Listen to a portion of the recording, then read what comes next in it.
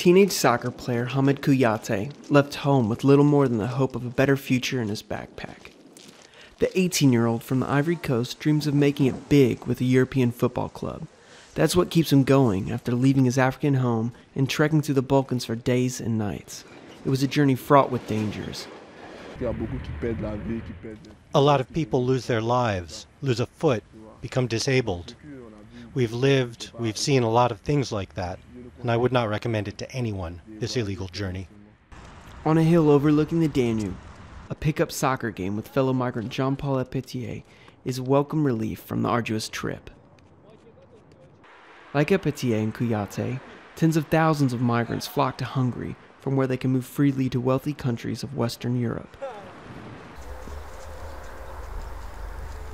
Jean-Paul, a former soldier in the Ivory Coast, made it to the German village of OTTER, where he feels he can finally realize his dream.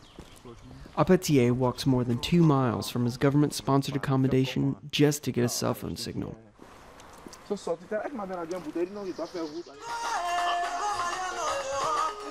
In his new home, he's studying hard to learn German. Wie geht es dir? Mir geht es danke gut. Danke super. The first hour in Germany, when police stopped me for asylum, I felt seriously happy, proud. It's the German territory. Here, it's Deutschland, a country where a man has rights and respect. After fighting knife-wielding thugs on the road and escaping smugglers holding him captive, APETEY is finally feeling a bit of respect from the local villagers in OTTER.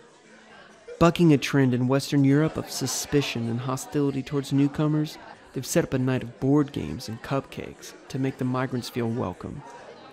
We want to build a bridge to the villages, to the people who live here, to reduce the fear and the barriers so that we have a very easygoing integration for these people here.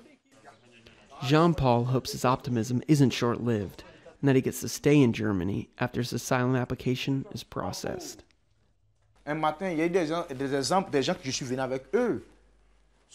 There were people who went on the same journey as me who got the card, and 3 months later they received a letter at their home saying they have to leave the territory.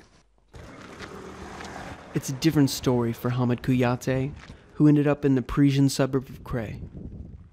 With an empty stomach and no money left, he turned himself into the police and is now staying at an asylum center for minors. His footballing dreams put on hold indefinitely.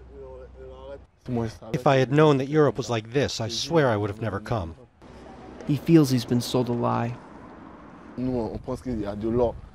You're made to think there's gold out here, but nothing about Europe impresses me. I regret it. Yes, I regret it.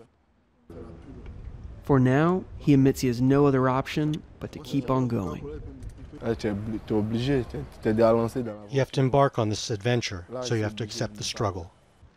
For the Associated Press, Dalton Bennett, OTTER, Germany.